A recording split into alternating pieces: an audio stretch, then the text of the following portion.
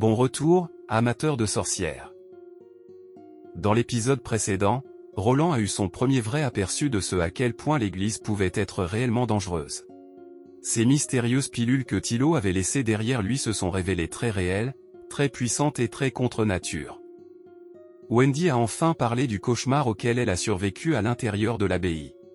Et de la jeune fille qui a massacré des prêtres et des chevaliers juste pour se tailler un chemin vers la liberté. Pendant que l'Église resserrait discrètement son emprise sur les royaumes, Anna a fait un nouveau pas terrifiant en avant et a fait évoluer son pouvoir vers quelque chose qu'aucun d'entre eux n'avait jamais vu auparavant. Dans l'épisode d'aujourd'hui, il y aura plus de sorcières, plus de découvertes, plus d'aventures, mais surtout, des dangers encore plus grands nous attendent. Commençons. Roland a ouvert l'épisode en confiant à un chevalier une tâche à laquelle personne ne s'attendait. Il a dit à cet homme de lancer un élevage de volailles avec des poules et des canards sur les terres proches de la frontière ouest. Il lui a aussi ordonné d'enseigner aux autres comment élever du bétail s'il réussissait. Mais si la ferme échouait, la récompense ne serait pas une seconde chance. Ce serait le travail forcé dans les mines de North Slope. L'homme a répondu, compris, puis est parti, la difficulté de sa nouvelle mission clairement visible sur son visage inquiet. Au moment où l'homme est parti, Nightingale est intervenu avec la question évidente. Les chevaliers ayant reçu un minimum d'éducation n'étaient-ils pas censés devenir enseignants au lieu de devenir gestionnaires de poulaillers? Roland l'a expliqué sans même scier. Tous les chevaliers avaient des compétences ordinaires et des loisirs pratiques. Puisque la ville avait besoin de ces compétences, il les a simplement orientés vers le travail qu'ils connaissaient déjà. Bien sûr, il y avait des exceptions. Certains chevaliers avaient reçu une excellente éducation dès leur plus jeune âge. L'un d'eux était le chef de l'ordre des chevaliers du Lion, le chevalier numéro 1 du territoire occidental. Nightingale s'est penché et a vu son nom. Ferlin Eltec. Puis le chevalier s'est avancé. Au moment où Nightingale a vu Ferlin, elle a plaisanté sur le fait qu'il n'était pas seulement très instruit, mais aussi beau. Mais dans l'esprit de Roland, l'apparence ne servait à rien. Le chevalier s'est présenté comme Ferlin Eltec et a remercié Roland d'avoir pris le contrôle de Lonesome Fortress. Il a promis d'obéir au prince en toutes choses à partir de maintenant. Rien que cela a presque rendu le prince méfiant. Qu'un chevalier du duc Ryan lui montre une telle loyauté aussi ouvertement était déjà étrange. Puis Ferlin a révélé la véritable raison. Il a dit que Ryan avait autrefois été le seul homme auquel il avait juré fidélité. Mais ce serment est mort au moment où le duc a abusé de son pouvoir, commis d'innombrables crimes à travers les terres de l'Ouest, et pris sa femme de force. Il avait attendu une occasion de tuer cet homme de ses propres mains. Mais avant qu'il ne puisse le faire, le duc était parti vers Border Town et a été éliminé par Roland lui-même. Même s'il n'a jamais eu l'occasion de venger sa femme, il était heureux que quelqu'un d'autre ait enfin mis fin au duc et libéré Irene. Roland a enfin compris la raison et s'en est réjoui. Il a alors cessé de s'attarder sur cette histoire de vengeance et a posé la question la plus importante. Le chevalier savait-il lire et écrire? Ferlin a répondu oui. C'était suffisant. Roland l'a immédiatement nommé enseignant. Il lui a promis une maison et un salaire généreux, ce qui représentait une amélioration énorme par rapport au fait d'agiter une épée pour un tyran mort, ou à son autre option, qui était de travailler dans les mines pendant les 20 prochaines années. Ferlin a alors posé la question que tout le monde avait probablement eu trop peur de dire à voix haute. Est-ce que cela signifiait que toute personne analphabète serait envoyée dans les mines? Roland a admis que c'était bien le plan. Mais quand Ferlin a souligné qu'il y avait un vieux chevalier analphabète de 50 ans, nommé Alon, et qu'il n'était clairement pas apte à ce genre de travail, Ferlin a voulu payer pour la liberté du vieil homme. Mais Roland a clarifié sa position. Il a dit que les gens qui travaillaient dans les mines n'étaient pas des esclaves. De plus, les mines avaient des machines à vapeur pour alléger la charge, et les ouvriers auraient même des jours de repos, ce qui, dans ce monde, était du jamais vu. Ferlin s'est soudain levé si vite que Nightingale a sursauté. Elle s'est immédiatement préparée à protéger le prince en tirant sa dague. Mais au lieu de dégainer une épée, le chevalier a révélé quelque chose de bien plus dangereux. Une carte au trésor. Ferlin a dit que sa famille la gardait depuis des générations. La carte indiquait un endroit dans la forêt brumeuse au nord-ouest, et dans les territoires occidentaux actuels, Roland était le seul à pouvoir raisonnablement l'atteindre. Ferlin a admis qu'elle était enfermée dans le sous-sol et que son père ne l'avait jamais autorisée à s'en approcher. Mais quand il était jeune, il l'avait regardée en secret malgré tout et l'avait prise parce qu'il voulait le trésor pour lui-même. Les dessins sur la carte n'avaient jamais pâli avec le temps. Non seulement cela, mais la carte était écrite avec autre chose que de l'encre ordinaire ou du charbon. Rien que cela lui disait que ce n'était pas un objet ordinaire. Après avoir volé la carte, le chevalier avait discrètement quitté le territoire pour commencer sa recherche. Mais avant de pouvoir aller bien loin, il avait fini par devenir le chevalier du duc, et ce rêve était mort sur le champ. Mais maintenant qu'il allait suivre le prince, il a décidé que le trésor ne serait utile que dans les mains de Roland. Alors Ferlin a offert la carte en échange du fait que Roland reconsidère la possibilité d'épargner le vieux chevalier Alon. Nightingale a confirmé que le chevalier disait la vérité en serrant l'épaule de notre prince. Mais Roland savait déjà qu'il ne mentait pas. Roland a donc accepté d'y réfléchir si la carte était aussi incroyable que Ferlin l'avait décrite et a demandé à la voir. Dès que Roland l'a examinée attentivement, tout a changé. La carte indiquait un endroit appelé Takila. Plus tard dans la journée, Scroll a immédiatement déclaré que si la carte était exacte, alors ce serait vraiment une coïncidence incroyable. Parce que les symboles sur la carte correspondaient à des lieux décrits dans des livres anciens. Cela signifiait que l'Église avait peut-être réellement construit autrefois une ville au cœur des plaines dans le cadre de sa défense contre les démons. Ce qui soulevait une question bien plus dérangeante, pourquoi avait-il effacé cette histoire ? Si Takila contenait des ruines souterraines comme la forêt de l'Est, alors elle pourrait renfermer des réponses. Par exemple, pourquoi l'Église cachait-elle l'existence des démons ? Quel genre de guerre avait eu lieu dans le passé ? Et pourquoi les sorcières étaient-elles chassées comme si elles étaient des démons ? Nightingale voulait enquêter immédiatement sur la maison de Ferlin pour trouver d'autres indices. Mais Roland a rejeté cette idée. Il a averti que toute famille gardant une carte au trésor conservait probablement aussi des pierres divines de représailles à proximité. Comme il ne pouvait pas encore atteindre Takila, il a décidé de ne pas se précipiter dans un piège simplement parce que la curiosité commençait à halter. Il a aussi noté que le site de l'hexagramme se trouvait à environ 50 km. Seul Lightning pouvait l'atteindre en une journée, alors il a décidé de l'envoyer en reconnaissance d'abord.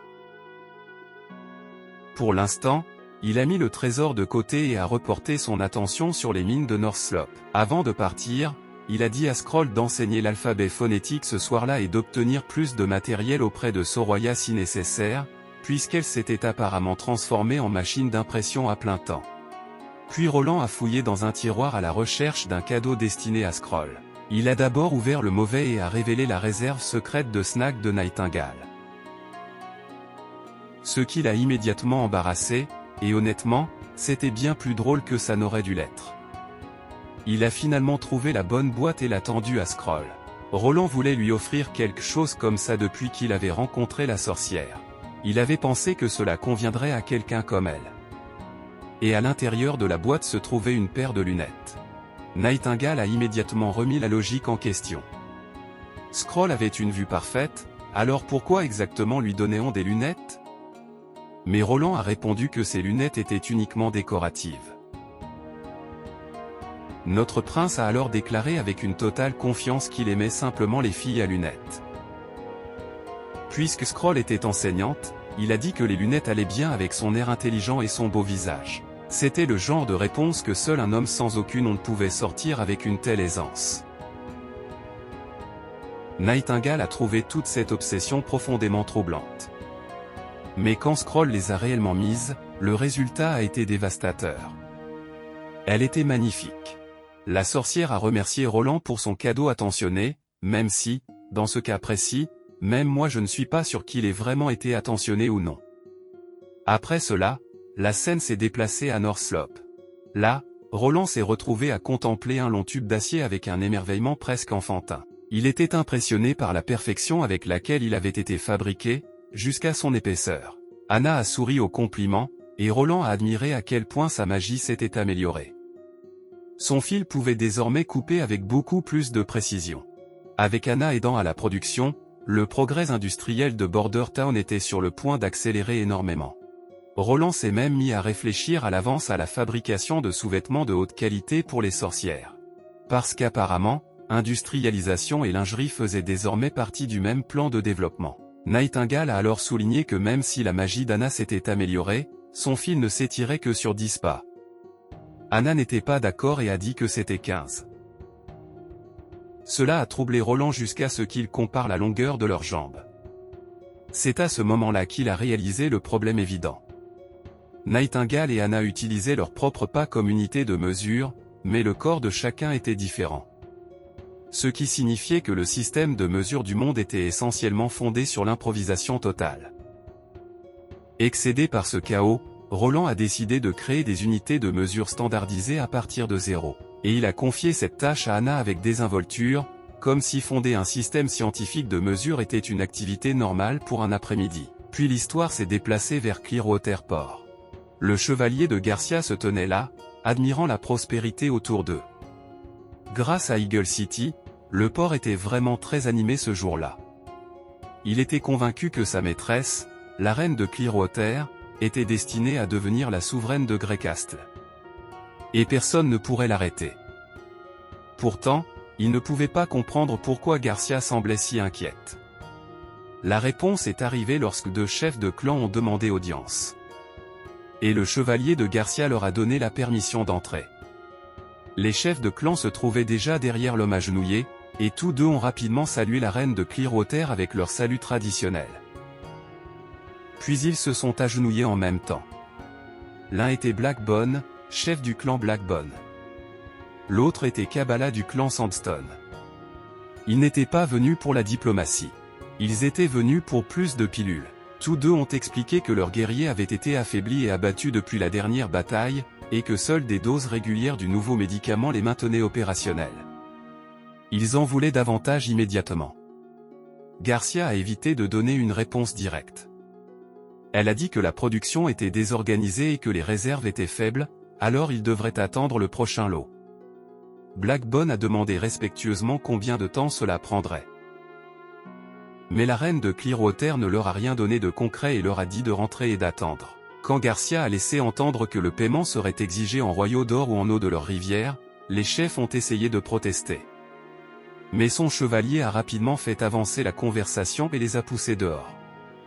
Après leur départ, il les a méprisés comme s'ils étaient des insectes, toujours à mendier davantage. Il n'appréciait particulièrement pas Kabbalah. Tout le monde la considérait comme une déesse, mais pour lui, ce n'était qu'une fichue sorcière. Garcia, en revanche, avait l'air sincèrement troublé. Lorsqu'on lui a demandé si les pilules étaient le problème, elle a répondu que non. Elle l'avait déjà compris. Elle prévoyait de menacer directement l'Église. S'il n'envoyait pas plus de pilules immédiatement, elle suspendrait les têtes des prêtres de Clearwater Port au navire amiral des Blackseye. Puis elle a révélé la véritable raison de son anxiété. Une lettre d'un espion à Hermès. La lettre révélait que l'Église avait pris la capitale du royaume. Et elle exposait la reine des Verwinter, Lina, comme une sorcière qui avait caché son identité pendant des années. Même le chevalier de Garcia en a été bouleversé. Garcia, au contraire, y a vu une opportunité. Elle a dit qu'elle était fatiguée de la vue de Clearwater et qu'elle voulait voyager vers un endroit nouveau, pour changer. Son chevalier a immédiatement compris. Elle comptait utiliser le chaos à Everwinter à son avantage. Elle l'a confirmé aussitôt. Timothy était encore bien trop occupé à essayer de réunifier les pour s'occuper d'elle. Et Roland, aux yeux de Garcia, était toujours le même idiot qui avait réussi d'une manière ou d'une autre à capturer Lonesome Fortress avant de retourner en courant à Bordertown. Elle allait même féliciter son frère, mais elle ne l'a pas fait à cause de cette retraite. Elle s'est même moquée de Roland pour avoir eu si peur, disant qu'elle l'avait peut-être trop intimidé. Lorsqu'elle revendiquerait le trône des Verwinter, elle voulait qu'on le traîne jusqu'à elle enchaîner pour lui arracher des excuses personnelles qui n'en seraient jamais vraiment. Son chevalier en était ravi. À ses yeux, Garcia n'avait besoin de l'aide de personne. Elle pouvait tout faire de ses deux mains, et la route vers son couronnement était désormais totalement dégagée. Puis la scène a basculé vers la ville sainte, où les plus hauts dirigeants de l'Église discutaient des verrointaires. L'archevêque Téphin a rapporté qu'à part quelques nobles obstinés, la plupart des gens accueillaient en réalité favorablement la prise de contrôle de l'Église.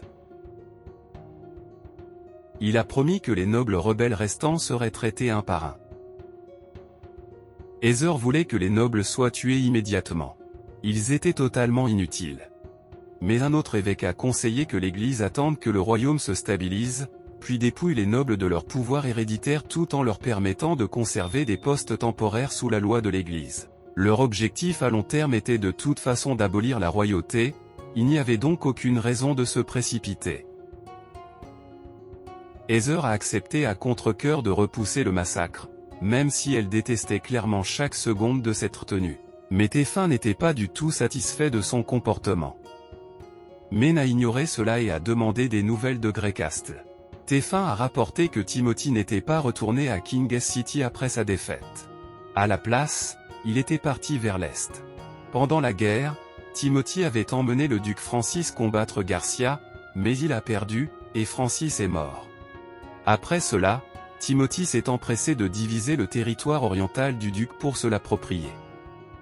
Heather soutenait ses décisions. Mène s'est montré satisfait du rapport. Il a ordonné que l'approvisionnement en pilules continue afin que Garcia et Timothy restent en équilibre l'un contre l'autre. Il a prédit que dans seulement 2 ans, Grecastle n'aurait plus du tout de soldats. L'Église ne se contentait pas d'observer la lutte pour la succession. Elle l'empoisonnait et attendait que tout le monde se vide de son sang. Ces pilules étaient addictives. Elles drainaient la vie, et l'Église les distribuait avec un calcul parfait. Puis Téphin a mentionné un léger problème. Roland. Il a dit que le 4e prince était retourné à Bordertown et n'avait pas répondu au soutien de Thilo. Peut-être n'avait-il aucune intention de se battre pour le trône, et c'était pour cela qu'il était revenu après avoir conquis Longsong. Mais Téphin restait toujours perplexe devant le fait que quelqu'un comme Roland, entre toutes les personnes possibles, ait réussi à prendre Longsong Fortress au départ. Mais Heather s'inquiétait d'autre chose. Peut-être avait-il choisi les mauvaises personnes pour se battre pour le trône. Mène a admis que Roland avait clairement montré sa force en battant un duc. Mais sans ressources, le talent ne pouvait aller que jusqu'à un certain point. Puisque le prince s'était retiré dans une terre désolée, Mène a conclu que Roland avait renoncé à influencer Grecastle et ne représentait aucune menace pour l'Église. Heather a dit que c'était vrai en théorie, puis elle a sorti un document caché de sa ceinture, juste à côté d'un couteau dissimulé, parce qu'apparemment, même les papiers devaient faire une entrée dramatique avec elle. Elle s'est penchée et a murmuré que le papier contenait son rapport personnel pour Mène. Avec curiosité, l'archevêque Mène a ouvert le petit papier. Le rapport disait une seule chose. Roland avait des sorcières à ses côtés. De retour à Bordertown, Barov traversait une crise presque spirituelle à cause de la politique fiscale de Roland. Il pouvait comprendre la création d'un ministère de l'agriculture. Mais il ne pouvait pas comprendre pourquoi Roland ne prévoyait de prendre que 20% des récoltes des serres une fois qu'ils deviendraient des hommes libres. Il disait que même 50% seraient encore considérés comme généreux. Voilà à quel point le système était brisé. Roland lui a dit qu'un sous-sol rempli d'or ne signifiait rien en soi. Son véritable plan était de prendre 20% en impôts, puis d'acheter le reste des récoltes à un prix fixe. De cette façon, le château aurait de la nourriture et le peuple serait payé. Une fois que les gens auraient de l'argent, ils commenceraient à le dépenser. Et seul Roland serait celui qui leur vendrait les biens dont ils avaient besoin. Ainsi, l'argent reviendrait vers lui pendant que le niveau de vie du peuple s'élèverait. C'était un système plus propre, plus intelligent, et probablement exactement le genre de réponse qui donnait des migraines aux vieux cerveaux féodaux. En plus, dépenser de l'argent était amusant, mais en dépenser tout le temps l'était encore plus. Puis Carter a déboulé avec la nouvelle que Sean était revenu de Clearwater Port avec des semences. Sean avait l'air ravi en présentant tout ce que Roland avait demandé. D'abord est arrivé le maïs, qu'il appelait riz-perlé. Tout le monde dans la pièce, y compris Roland, a failli perdre son sang-froid sur le champ. Puis sont arrivées les pommes de terre. Mais pour Sean, c'était des œufs de terre. Il en avait déjà mangé dans une auberge à Clearwater Port. Notre prince a réagi comme un homme qui goûtait déjà des frites dans son âme et a expliqué quelles seraient encore meilleures frites et salées. Sean a demandé s'il en avait déjà goûté avant. Roland a affirmé avec désinvolture qu'il en avait déjà mangé autrefois lors d'un banquet raffiné où le chef appelait ça des « frites ». Ce qui était un mensonge très habile de la part d'un homme en train d'importer des envies culinaires modernes dans un monde médiéval. Puis Sean a sorti de la canne à sucre, et Roland s'est montré tout aussi enthousiaste. Une fois encore, il savait d'une manière ou d'une autre comment elle était utilisée. Pendant ce temps, Carter a croqué dedans et n'a clairement pas compris tout cet engouement. Baroff, en revanche, s'effondrait intérieurement en silence. Il soupçonnait déjà que Roland pouvait être possédé par un démon. Mais après avoir vu un tel niveau de connaissance et de prévoyance, ce soupçon s'est transformé en certitude. L'homme devant lui n'était clairement pas le quatrième prince. Sa personnalité avait changé. Son comportement n'avait aucun sens. Il savait des choses que personne ne devrait savoir. Mais Baroff ne pouvait pas nier les résultats. Tout ce que Roland avait fait jusque-là avait bénéficié à la ville. S'il devenait le roi de Greycastle, ce ne serait certainement pas une mauvaise chose. Alors le vieux conseiller a décidé d'ignorer les implications démoniaques et d'accepter que si le diable réparait les impôts et introduisait les pommes de terre, alors peut-être que les gens pouvaient faire un compromis. Roland lui a tendu un peu de canne à sucre, et le vieil homme l'a immédiatement mordu pour en tester lui-même la douceur. À la fin de la journée, Roland avait terminé tout son travail. Il a réfléchi au rapport de Sean et a réalisé que Garcia avait elle aussi les pilules de l'église. Il ne savait pas encore pourquoi ils avaient choisi de le soutenir, lui et Garcia. Mais une chose était sûre, le prince a décidé de se préparer pour l'avenir de la seule manière en laquelle il avait confiance. Il s'est mis à planifier des armes à haute cadence de tir. Puis Anna est soudainement apparue et l'a suffisamment effrayé pour lui arracher une plaisanterie. Il s'est plaint du fait que Nightingale surgissait toujours sans prévenir et qu'Anna avait maintenant commencé à faire la même chose. À ce rythme, l'une d'elles finirait par lui provoquer une crise cardiaque. Notre prince lui a demandé pourquoi elle n'était pas en classe avec les autres. Anna a expliqué qu'elle bloquait sur un problème difficile de physique et que Skroll l'avait envoyé vers lui pour obtenir de l'aide en privé. Roland a regardé le problème et a admis qu'il n'était pas exactement un spécialiste de mécanique quantique non plus. Malgré cela, il a essayé de lui enseigner et s'est mis à parler de concepts impliquant différentes dimensions. Pendant qu'ils étudiaient ensemble, la gêne s'est doucement installée dans la pièce. Mais Anna devenait clairement de plus en plus accro à l'étude et à l'apprentissage. Elle apprenait déjà des choses comme les équations matricielles, qu'elle trouvait intéressantes. Le temps a passé. La leçon s'est terminée. Puis l'atmosphère a changé. Quand Anna a été sur le point de partir, tous les deux ont échangé un long regard et sont immédiatement devenus maladroits. Ils ont rougi tous les deux. Ils ont détourné les yeux tous les deux. Roland était trop timide pour agir en premier. Anna, non. Elle s'est approchée davantage. Cela l'a finalement poussé à avancer. Il a doucement posé sa main sous son oreille droite. Et une fois la tension retombée, ils se sont penchés l'un vers l'autre et se sont embrassés. Le lendemain à Bordertown, Nightingale a remarqué des slogans accrochés un peu partout. Ils encourageaient les gens à travailler dur et à bâtir leur richesse. Elle a demandé pourquoi ils étaient partout. De toute façon, la plupart des gens ne savaient ni lire ni écrire. Roland a dit qu'il n'était pas destiné à ces gens-là. Mais cela a rendu Nightingale encore plus confuse. Alors le prince a expliqué qu'ils étaient là pour inspirer le peuple et, à terme, l'aider à accumuler suffisamment de richesses grâce à son propre travail. Des slogans comme cela aidaient à façonner la mentalité des gens. Puis Anna a travaillé sur de la verrerie qui semblait davantage faite pour un laboratoire de chimie que pour une ville médiévale. Elle a demandé pourquoi il faisait fondre et remodelait des verres parfaitement corrects. Roland a expliqué que cet équipement était destiné aux alchimistes qui viendraient à Bordertown dans le futur. Nightingale a ramassé un entonnoir, a fait semblant que c'était un verre à martini, et l'a examiné avec une curiosité intense. Roland a expliqué qu'il n'avait pas le temps de découvrir comment fabriquer du verre transparent à partir du sable, alors il réutilisait le verre existant pour le moment. Cela a encore plus troublé Anna.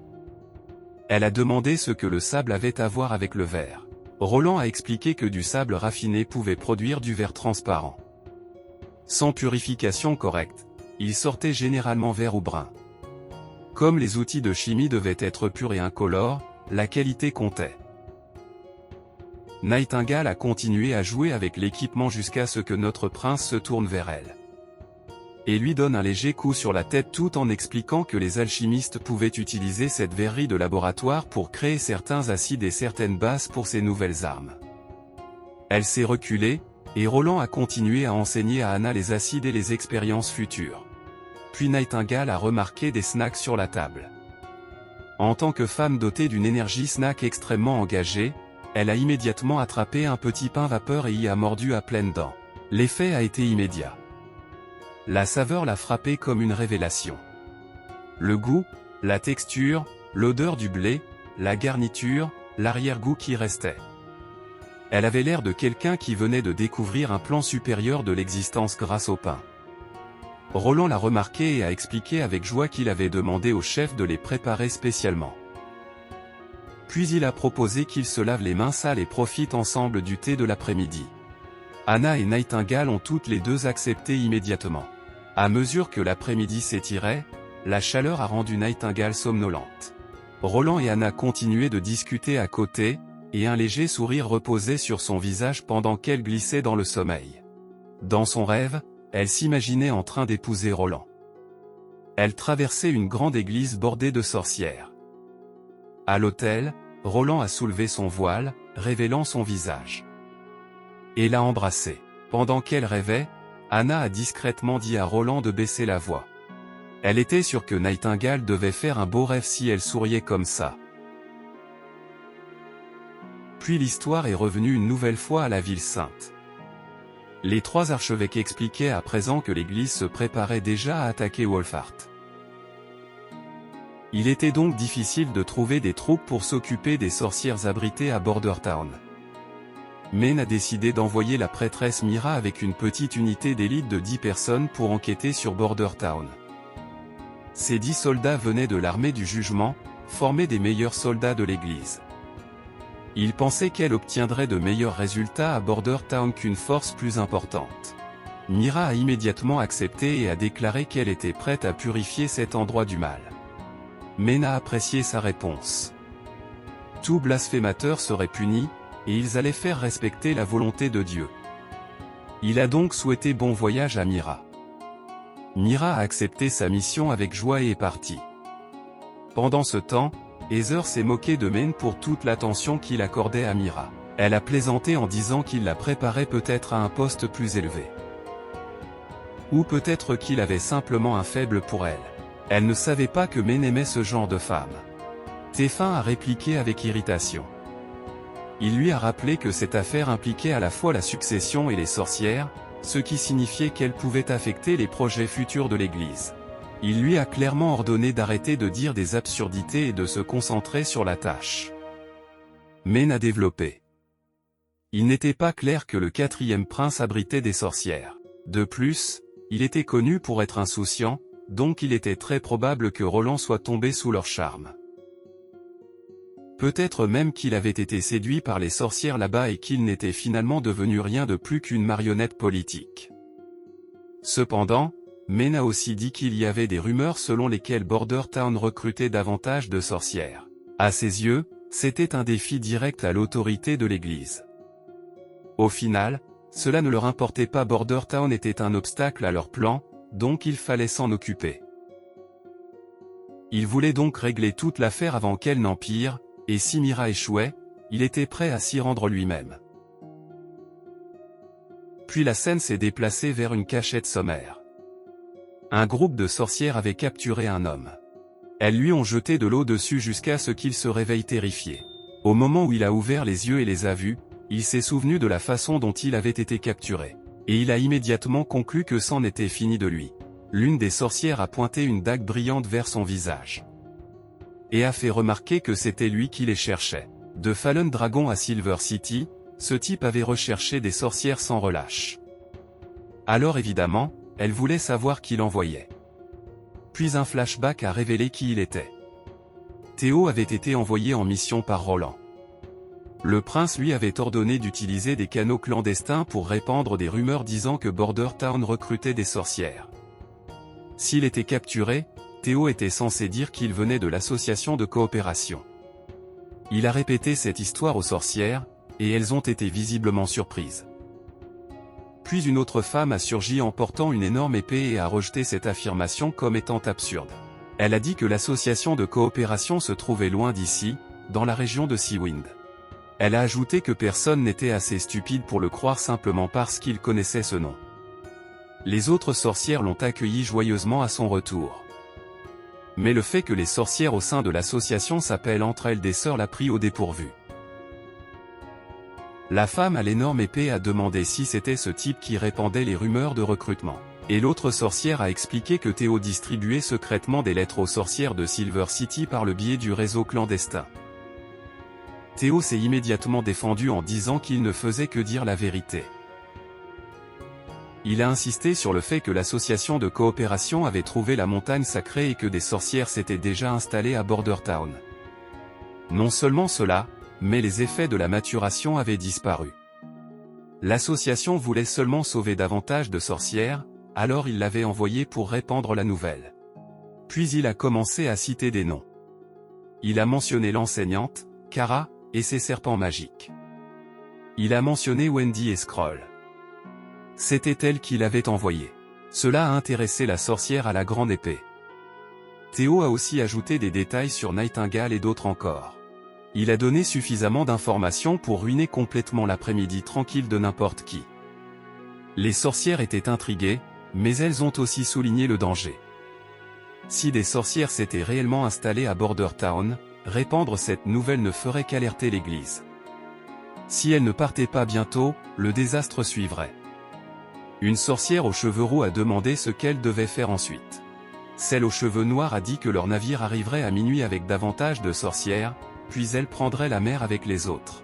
Quant à Théo, elle a renversé sa chaise d'un coup de pied et l'a envoyé s'écraser au sol alors qu'il était toujours ligoté. Puis elle a ordonné à la rousse d'envoyer ses salutations à Tilly, et de l'informer qu'elle arriverait à une date plus tardive. Et quand elle reviendrait, elle pourrait même revenir avec davantage de leurs sœurs. Puis Lightning est entrée en scène alors qu'elle flottait dans les airs.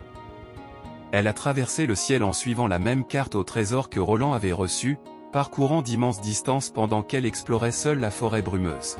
Elle venait enfin de terminer l'exploration d'une autre zone, et pourtant il restait encore bien plus à vérifier et à découvrir. Puis elle s'est souvenue de la façon dont Roland lui avait suggéré d'aller explorer la forêt brumeuse autant qu'elle le voulait, et elle avait accepté cette mission avec joie sur le champ. Pour Lightning, c'était amusant. Elle était libre et pouvait explorer autant qu'elle le voulait. Puis soudain, une goutte de pluie est tombée sur son visage. Mais la seconde d'après, une pluie battante s'est mise à tomber. Elle a donc rangé la carte en sécurité dans sa veste et a foncé plus loin. La carte de reconnaissance était la priorité, elle ne pouvait absolument pas laisser quoi que ce soit lui arriver. Puis elle a remarqué quelque chose d'étrange qui se dressait au loin.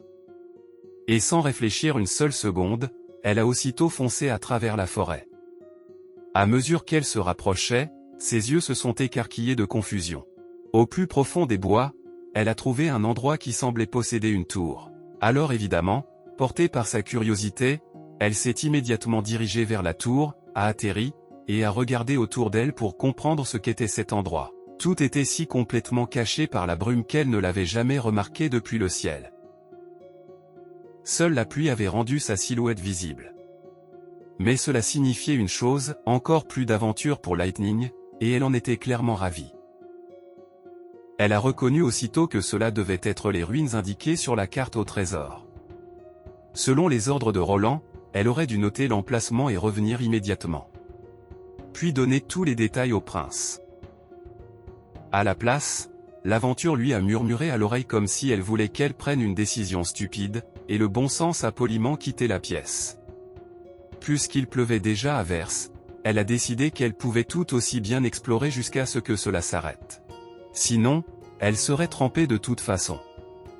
À l'intérieur, elle a trouvé des salles vides. Puis Lightning a trouvé un immense pilier entouré de racines végétales s'enroulant vers le haut. Elle a continué à s'enfoncer plus loin. Mais pendant un moment, il n'y avait rien. Alors elle a soupiré. C'est alors qu'elle a entendu une faible voix appeler à l'aide. Lightning a aussitôt paniqué en réalisant qu'il y avait quelqu'un là-dedans. Juste avant, elle profitait encore de l'aventure, mais maintenant cela devenait instantanément quelque chose de sérieux. Elle s'est rapidement cachée derrière un mur. Pourtant, la faible voix continuait de demander de l'aide. La jeune sorcière ne pouvait pas croire que quelqu'un puisse se trouver dans des ruines aussi anciennes, enfouies au plus profond de la forêt brumeuse. Cela n'avait aucun sens. Mais la possibilité que quelqu'un ait besoin d'être sauvé l'a poussée à avancer. Parce qu'en tant qu'exploratrice, on ne pouvait pas simplement tourner les talons et repartir après avoir entendu un appel à l'aide. Elle a touché la porte avec précaution. La porte s'est effondrée. À ce moment-là, Lightning est restée immobile une seconde et a fixé l'intérieur, s'attendant à trouver quelqu'un là-dedans, ayant besoin d'aide. Mais ce qu'elle a trouvé à la place, c'était un monstre grotesque, un cauchemar fait chair. L'expression de Lightning a changé immédiatement. Elle s'est figée alors que des larmes montaient dans ses yeux. Elle savait exactement ce à quoi elle faisait face dans les profondeurs des ruines de la forêt brumeuse. Ses yeux brillaient d'un rouge éclatant, la fixant directement avec menace. Lightning s'est effondrée au sol lorsque la reconnaissance l'a frappée une nouvelle fois. Il n'y avait aucun doute, la créature devant elle était la même chose que Leaf et ses sœurs avaient affronté dans les Badlands. Une terreur pure l'a engloutie tout entière. Ses yeux se sont remplis de larmes. Maintenant, elle le savait, elle faisait face à un démon. Et la créature la dominait de toute sa hauteur avec son immense hache, prête à frapper. Puis le cri de Lightning a déchiré les ruines, se mêlant au rugissement de la tempête à l'extérieur. Et c'est là que l'épisode d'aujourd'hui prend fin. Juste au moment où tout à Bordertown semblait avancer, et où la romance commençait clairement à prendre forme, l'histoire nous a jetés en plein dans les ruines, et juste devant un démon. Alors le prochain épisode est sur le point de devenir très sérieux. Si vous voulez la suite de cette série, dites-le nous dans les commentaires. Si l'intérêt reste faible, nous passerons peut-être à un autre manoir la prochaine fois.